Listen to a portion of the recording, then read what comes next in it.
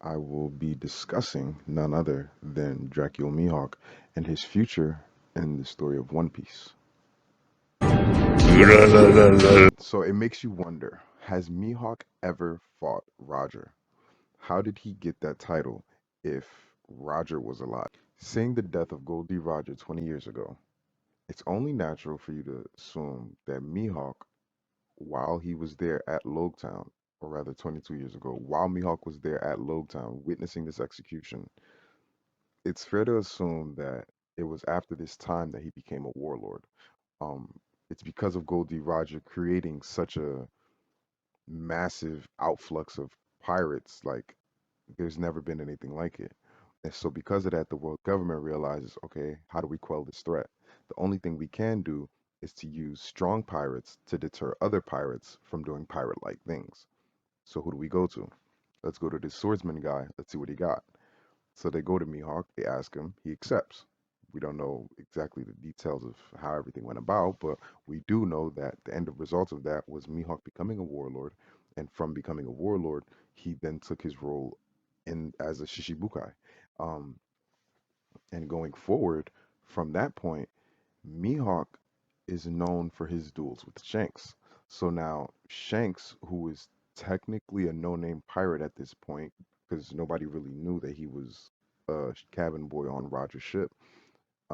Since Shanks is just a no-name pirate and Mihawk is technically a warlord at this point, this does beget the idea that okay, this pirate Shanks is pretty strong.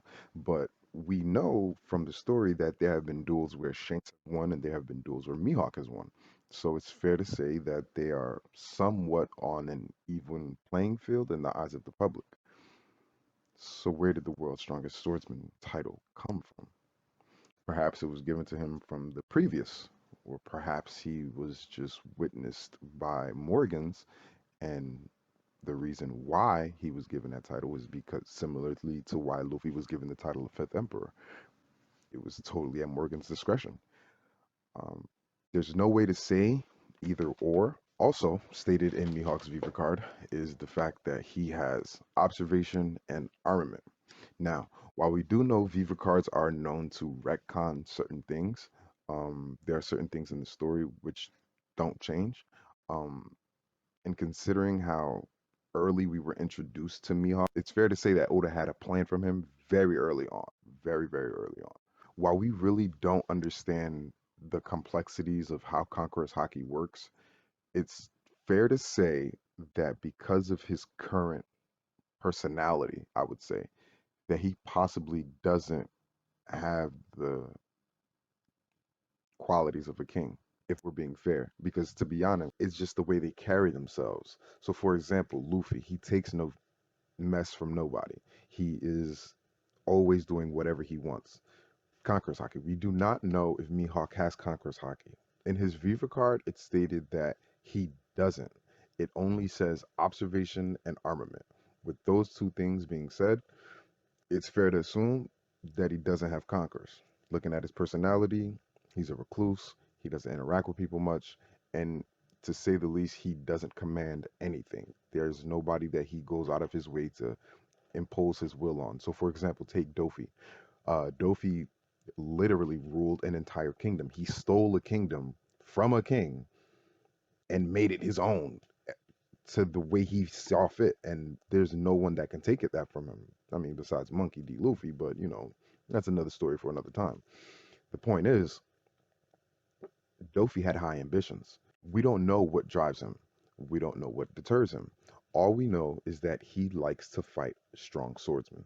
That's it. That's essentially his end goal. Like just to fight strong swordsmen. He doesn't have the will to carry people to a higher plateau or to see them reach further heights. It's not really about that for him. For him, it's about the self-fulfillment of it, the ability to make himself happy through a good fight. That's really all he cares about. Don't know when his arc will be, or when his character arc will be fully developed and explained, but we do know for certain that Mihawk is one of one, being that there's nobody in the story like him. Nobody is labeled as a pirate but goes out by themselves. The only person I could really kind of say that for recently was Moria, but it's Moria. He's gonna get a whole bunch of shadows and make them his crew. So technically, in theory, Moria has a greater chance of having Conqueror's Haki than Mihawk by that logic, if you want to be technical. Um, Mihawk has no drive to rule over people. His ambitions are solely for self. So I can see his armament as being some of the top in the verse. It might be able to combat people like Kaido. Who knows? But one thing for certain, two things for sure, Mihawk has never met Kaido while Kaido was in Wano. Um, when we go back and we look in the story, we see that Mihawk was there at Logtown 22 years ago. At the same time, Kaido was already in Wano, taking over with the pollution factory and all that other stuff. We also know that the warlord system has been abolished. And because of this warlord system being abolished, that means that the Marines going out of their way to deal with the um, Shishibukai. The problem with this is Mihawk is not to be trifled with. Mihawk is categorized as the world's strongest swordsman. That is his epithet, and that is what the people of the world know him as. With that being said, it's highly unlikely that they're going to send Kobe to go take care of Mihawk, since we know that Kobe is currently on his way to take care of Boa Hancock. Um, with that being said, I feel as though Kobe's not going to take on Boa Hancock by himself. They are not stupid. They understand exactly how strong the warlords are, and they know that if they are to send Marines to a warlord, they have to have some backup, or else that Marine will die. Like they would suffer massive casualties. Um, in my honest opinion, I believe that they're not going to send a vice admiral. I believe that for Mihawk, there's only but so many select few that you can send because of his power and because of his fighting style.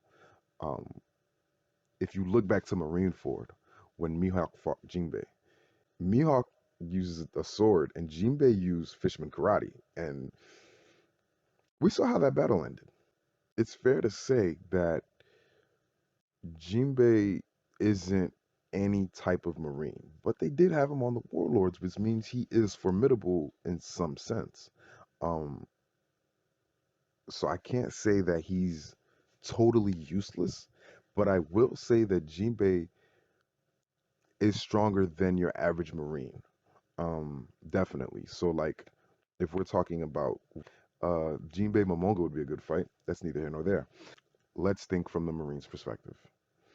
If you're Sakazuki and you know that the warlord system is abolished, and you were told by the Celestial Dragons or the Reverie, hey, go deal with these go deal with these pirates now, because they're basically pirates. Go deal with these pirates and make sure that they're taken in. How do you deal with that? If you know one of them is the world's strongest swordsman, how do you deal with that? Who do you send? You can't really send. I'd say starting at Vice Admiral down. Um, we got characters like Strawberry. You feel me? Momonga, Onigumo. We got a couple hitters. They got a couple hitters with them. But I will say that none stack up quite like Garp. And since Garp isn't a vice admiral anymore, he's not up for the running. So who do you send? Suru? Come on. You're gonna send Suru? Who do you send to Mihawk? You have to send the Admiral, right? That's what I would do. I'm Sakazuki and I'm sitting up at Marine HQ. I can't send Suru. I can't send Strawberry, Momonga. No, I'm not sending these guys to Mihawk. Are you dumb? I'm sending an admiral, somebody with a powerful devil fruit, both hockeys and armament and observation, and I'm going to make sure that that admiral has a knowledge of his devil fruit, which I can deem as formidable. Which brings us to our next point. Knowing that we have to send a Navy admiral after Mihawk, The question is, who do we send? Fujitora just got pounded on and punched on by Sabo and the revolutionaries, which kind of explains why he was bandaged up when we last saw him. Green Bull was there at Marie Joie. Uh, from what we know, he wasn't too active. And Borsellino he's not really a swordsman. Um, he used the sword one time at Sabaody, but like, come on, that says enough. He's not a swordsman. I think the Marines' only bet in this case is Green Bull. Green Bull has to fight Mihawk. Now, what's the relevance? Why is that important? Why did I just draw that out like that? It's interesting, isn't it? Green Bull's idea. Green Bull is a character whom we know nothing about. We were revealed Fujitora at Dressrosa. We could have been revealed Green Bull at or the Reverie, but Oda held off on that. Why? He does everything for a reason, so it's natural to assume that he had his reasons. But can we just write it off as something so simple? Can we say that Green Bull's very existence being hidden in the story so neatly is a coincidence? Let's look somewhere else for answers. Let's look at Fujitora. Fujitora comes from most likely Wano. Fujitora saw something that caused him to blind himself. Fujitora is a swordsman. I know what you're thinking, but no, Fujitora can't do it. Fujitora just fought all these revolutionaries, and you think he has the strength to come all the way back and fight with the world's strongest swordsman? No chance. No chance. I don't see that happening. He would be dead. You can't go to him. You can't go to Mihawk expecting to actually win at anything less than 110%. There's no chance. It will take every ounce of your being. No, there's no way. What if Green Bull's ties don't lie himself, but in Fujitora? Fujitora is a swordsman. Who else is a swordsman? Zoro, our favorite Marimo.